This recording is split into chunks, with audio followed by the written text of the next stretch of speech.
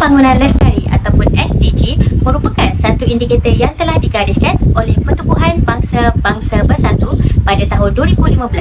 Ini bagi seruan bagi membasmi kemiskinan dan memastikan bahawa apabila menjelang 2030, semua rakyat di dunia ini menikmati keamanan dan juga kemakmuran bersama. Terdapat 17 indikator yang telah digariskan dalam SDG ini dan antara salah satunya ialah kesihatan yang baik dan kesejahteraan. Bagi memastikan matlamat ini berjaya, PBB telah menetapkan 9 sasaran utama dan juga 4 sasaran tambahan. Ini merangkumi masalah penyakit berjangkit, kemalangan jalan raya dan kematian, perlindungan kesihatan sejagat dan sebagainya. Manakala bagi sasaran tambahan pula, ia merangkumi pelaksanaan Konvensyen Rangka Kerja WHO mengenai kawalan tembakau, penyelidikan, pembangunan dan sebagainya.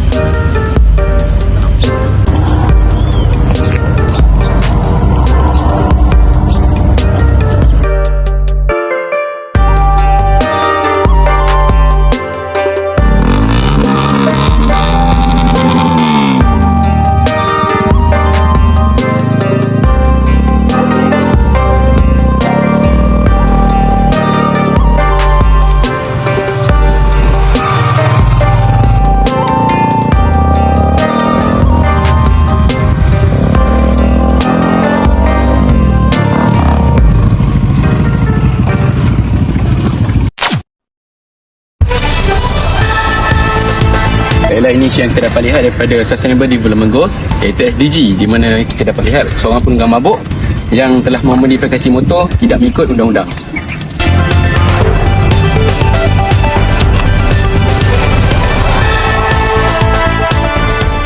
Perkara yang menyebabkan kemalangan adalah yang pertama, reka bentuk kenderaan yang mempengaruhi kadar kemalangan jalan raya. Perkara ini diambil kira daripada asas keselamatan kenderaan, tahap kelajuan kenderaan dan berat kenderaan.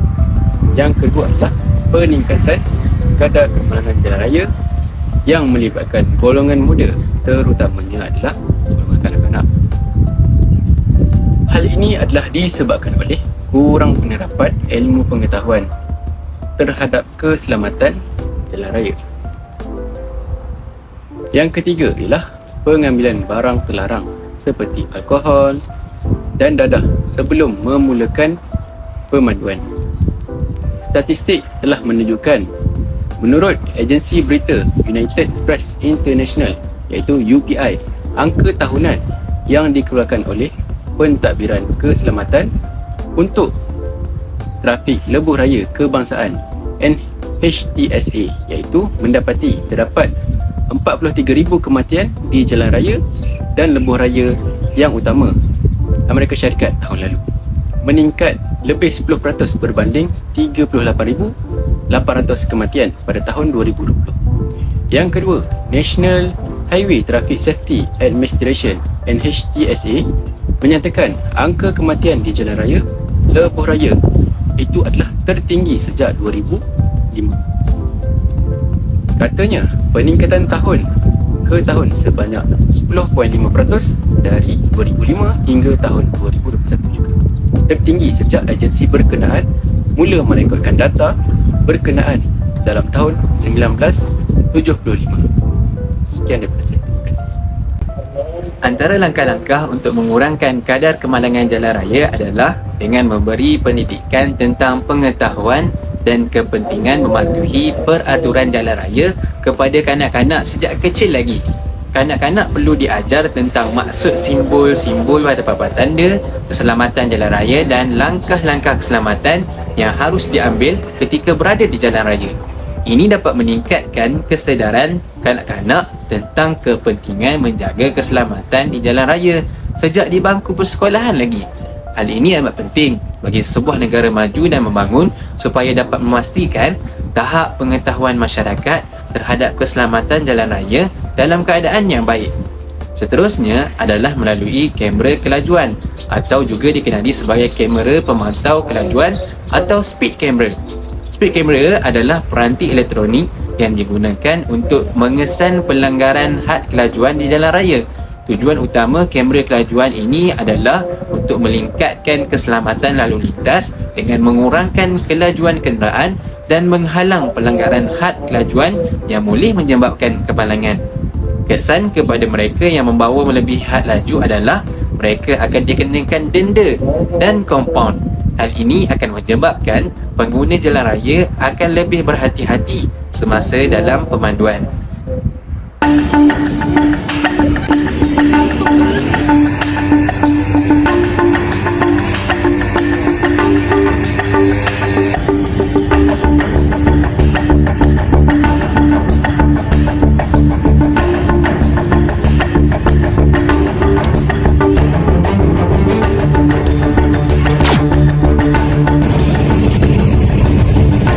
Apa yang kita dapat lihat daripada sini adalah seorang orang awam yang memakai mask kesan daripada Jerbu. Jerbu merupakan salah satu isu yang terdapat dalam SDG 3 iaitu Good Health and Wellbeing.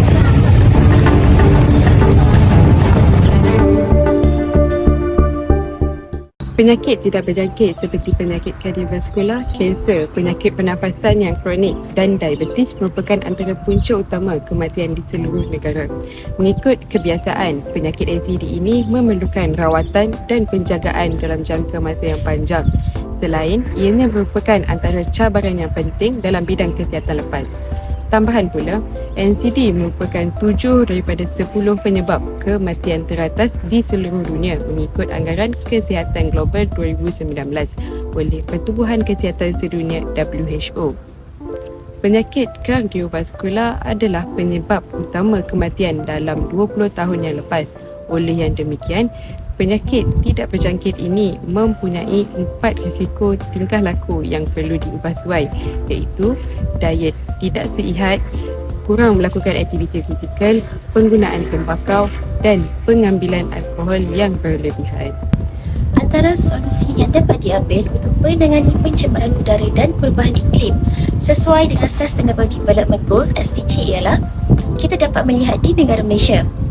Pihak kerajaan mengambil langkah dengan melakukan pembenihan awan untuk menangani isu jerebu. Isu jerebu ini kebiasaannya berpunca daripada negara Indonesia yang berpunca daripada kebakaran hutan secara besar-besaran yang kemudiannya merebak ke negara Malaysia. Langkah kedua yang dapat kita melihat di negara Thailand. Di negara Thailand, pencemaran udara lintas negara atau wilayah yang dikenal sebagai transboundary air pollution yang menjadi bahasan khusus dalam acara The International Day of Clean Air for Blue Skies. Acara ini diadakan adalah sebagai solusi untuk mengatasi jerebu. Langkah yang ketiga yang dapat diambil untuk mengatasi SDG ini ialah tidak membakar hutan secara besar-besaran. Kita dapat lihat di negara Indonesia, kebakaran hutan memang sering terjadi kerana faktor alam seperti peti yang kuat, musim kemarau atau letusan gunung berapi. Namun, musibah ini juga sering terjadi disebabkan sikap manusia yang tidak bertanggungjawab. Maka daripada itu, manusia perlu mengurangi pembakaran hutan serta perburuan haiwan menggunakan senjata api yang boleh mengakibatkan kebakaran secara besar-besaran.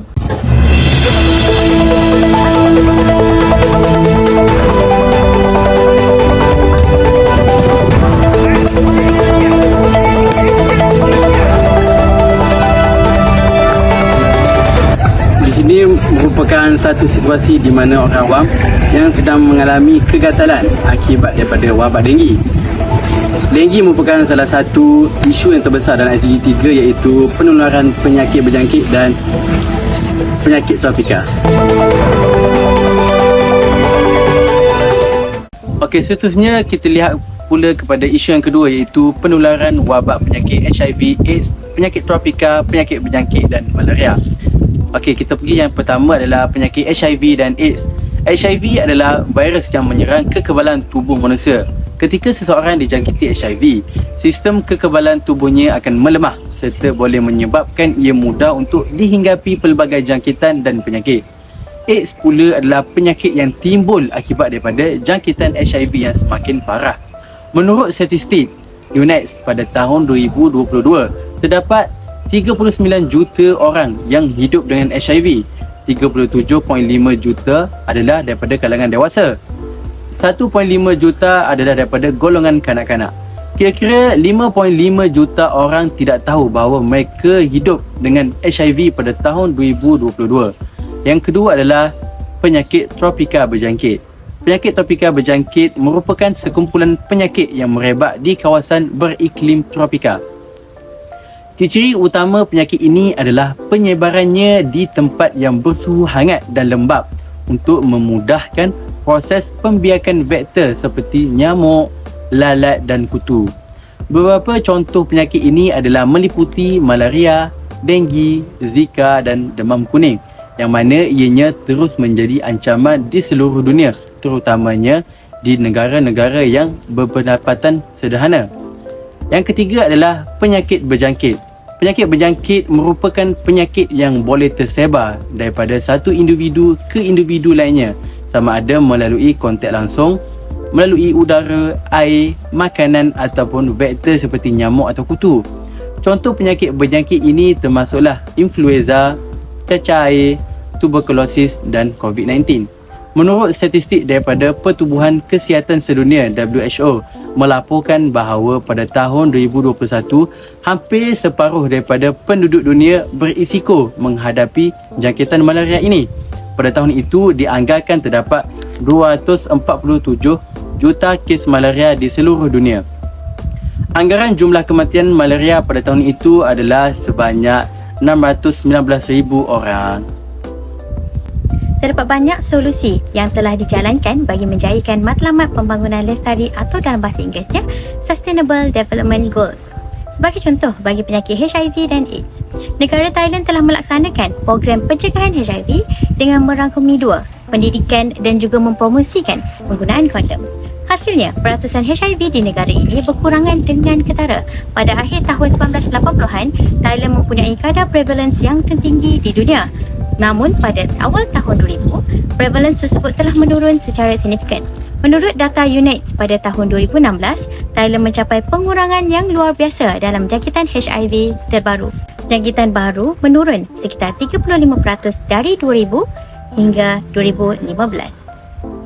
Malaria pula.